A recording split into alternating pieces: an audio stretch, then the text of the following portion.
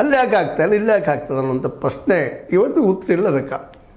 ಆಗಲೇ ಆಗಿದ್ದು 400-500 ಹೆಣಗಳು ಬಿದ್ದಿದ್ದಾವೆ ಅನ್ನುವಂಥ ಮಾತನ್ನು ಅಲ್ಲೇ ಹೋಗಿ ಬಂದಿದ್ದ ಮಾತನ್ನು ಈವನ್ ನಮ್ಮ ಉಗ್ರಪ್ಪರವ್ರ ಮುಂದೆ ಸ್ಥಾನಿಕರು ಮಾತಾಡಿದ್ರು. ಅದನ್ನೆಲ್ಲ ರಿಪೋರ್ಟ್ ಮಾಡಿಟ್ಟಿದ್ದಾರೆ ಅವರು 2017-18 ಅಂದರೆ ಒಟ್ಟಾರೆಯಾಗಿ ಈಗ ನಮ್ಮ ಹೆಗ್ಗಡೆಯವರು ಒಂದು ಗಂಭೀರವಾಗಿ ಮೌನವಾಗಿ ಮಾರ್ಮಿಕವಾಗಿ ಒಂದು ಮಾತು ಮಾತಾಡ್ತಾ ಇದ್ದಾರೆ. ನಾವು ಕ್ಲಿಯರ್ ಆದವು, SIT ಆಯಿತು, ಸತ್ಯ ಹೊರಗೆ ಬಂತು ಅನ್ನುವಾಗ. ಅಂದ್ರೆ ಈಗ ಉಲ್ಟಾ ಹೊಡಿತಾ ಇದ್ದಾನೆ ಚಿನ್ನಯ್ಯ, ಅದನ್ನ ಇಟ್ಕೊಂಡು ಬೆಳೆದ್ರೆ ಏನು ಅಂತೇಳಿ. ಅದೇ ಸಂದರ್ಭದಲ್ಲೇ ಇದು ನನ್ನ ಮೇಲೆ ಬರಬಾರ್ದು ಅನ್ನೋ ದೃಷ್ಟಿಕೋನದಿಂದ ಇರ್ಬೋದು, ಮತ್ತೇನು ಇರ್ಬೋದು. ಈ ಒಂದು ಸಂದರ್ಭದಲ್ಲಿ ನಮ್ಮ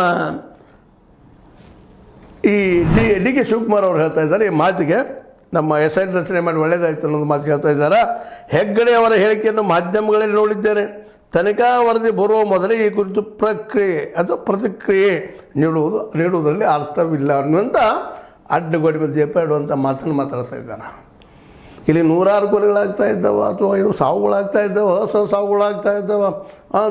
ಒಬ್ಬಳಲ್ಲ, ಸೌಜನ್ಯ ಒಬ್ಬಳಲ್ಲ, ಅಂತ ಅನೇಕ ಘಟನೆಗಳಾಗ್ತಾ ಇದ್ದಾವೆ. ವೇದವಲ್ಲಿ ಮೇಲೆ ಅಟ್ಯಾಕ್ ಆಗ್ತದೆ, ನಂತರ ಪದ್ಮಲತರ ಮೇಲೆ ಆಗ್ತದೆ, ಅದು ಆನೆ ಮಾವುದಂದು ಅಂದ್ರೆ ನಾರಾಯಣಂದು ಆಗ್ತದೆ, ನಾರಾಯಣ ತಂಗಿದ ಆಗ್ತದೆ. ಏನು ಹೆಂಗೆ ಸೀರಿಯಲ್ ಅಲ್ಲಿ ಅನೇಕ ಬಡ ಅಲ್ಲಿ ದಲಿತರ ಭೂಮಿಗಳನ್ನು ಕಸ್ಕೊಳ್ತಾ ಇದ್ದಾರೆ. ಅಷ್ಟೆಲ್ಲ ಕಸ್ಕೊಂಡು ಮುಚ್ಚು ಹಾಕಿದ್ರು ಕಾಣೆಯಾಗಿದ್ದಾರೆ. ಅಲ್ಲಿ ಅನೇಕ ಜಮೀನ್ದಾರರು ಅಥವಾ ಜಮೀನುಗಳಂತ ಸಣ್ಣ ಜಮೀನುಗಳಂತ ಅಲ್ಲಿ ದಲಿತರು ಅಥವಾ ಇನ್ನುಳಿದವರು ಇವರೆಲ್ಲ ಯಾಕೆ ಹೋದರು, ಎಲ್ಲಿ ಹೋದರು ಇವತ್ತಿಗೂ ಗೊತ್ತಿಲ್ಲ. ಕಾಣೆಯಾಗಿದ್ದಾರೆ.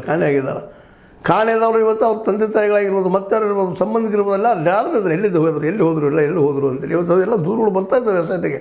ಇಂಥ ಸಂದರ್ಭದಲ್ಲೇ ನಮ್ಮ ಡಿ ಕೆ ಶಿವಕುಮಾರ್ ಅವರು ವಾಸ್ತವ ತಿಳಿಯೋದು ಸ್ಪಷ್ಟ ಕೆಲಸ ಅಂತ ಹೇಳ್ತಾ ಇದ್ದಾರೆ. ಅದಷ್ಟೆಲ್ಲ ಸರ್ಕಾರಿ ಕೆಲಸ. ತಪ್ಪಿತಸ್ಥರು ಯಾರಿದ್ದಾರೆ ಅವ್ರನ್ನ ಹುಡುಗಿಸಿ ಶಿಕ್ಷೆಗೆ ಉಳಿಸುವಂಥ ಕೆಲಸ ಸರ್ಕಾರದ್ದು. ಸರ್ಕಾರ ಕೇವಲ ಹಾಗಿದ್ರೆ ಈ ಅನೇಕ ಅಪರಾಧಿಗಳು ಬರ್ತಾರೆ, ಅವ್ರ ಪರವಾಗಿ ಯಾಕೆ ಮಾತಾಡ್ತಾಯಿಲ್ಲ? ಇವರು ಆರೋಪಗಳಿದ್ದಂಥ ಅನೇಕ ಅಪರಾಧಿಗಳಿದ್ದಾರೆ, ಅವ್ರ ಪರವಾಗಿ ಯಾಕೆ ಡಿ ಕೆ ಶಿವಕುಮಾರ್ ಅವರು ಮಾತಾಡ್ತಾ ಇಲ್ಲ ಅನ್ನೋ ಸಹಿತ ಇವತ್ತು ಭಾಳ ಪ್ರಶ್ನಾರ್ಹವಾದ ವಿಷಯ ಆಗಿದೆ ಅಂತ. ಇಲ್ಲಿ ಇಲ್ಲಿ ಯಾರೂ ಹೆಗ್ಗಡೆಯವ್ರ ವಿರುದ್ಧವಾಗಿ ಮಾತಾಡಿಲ್ಲ, ದೇವರ ವಿರುದ್ಧ ಯಾರೂ ಮಾತಾಡಿಲ್ಲ, ದೇವಸ್ಥಾನದ ವಿರುದ್ಧ ಯಾರೂ ಮಾತಾಡಿಲ್ಲ. ಯಾರು ಮಾತಾಡಿದಾರ? ಮಟ್ಟನವರು ಆಗಿರ್ಬೋದು, ತಿಮ್ರೋಡಿ ಆಗಿರ್ಬೋದು, ಇನ್ನುಳಿದವರಾಗಿರ್ಬೋದು, ಕಮ್ಯುನಿಸ್ಟರಾಗಿರ್ಬೋದು, ಯಾರೂ ದೇವರು ಇರೋದಿಲ್ಲ. ಅಲ್ಲಿ ಆ ದೇವಸ್ಥಾನ ಸುತ್ತಮುತ್ತಲು ನಡೆಯುತ್ತಿರುವಂಥ ಘಟನೆಗಳ ಬಗ್ಗೆ ಎಲ್ಲರೂ ಪ್ರಶ್ನೆ ಮಾಡ್ತಿದ್ದಾರೆ. ಹಾಗಾದರೆ ಆನೆ ಮಹೋದಯ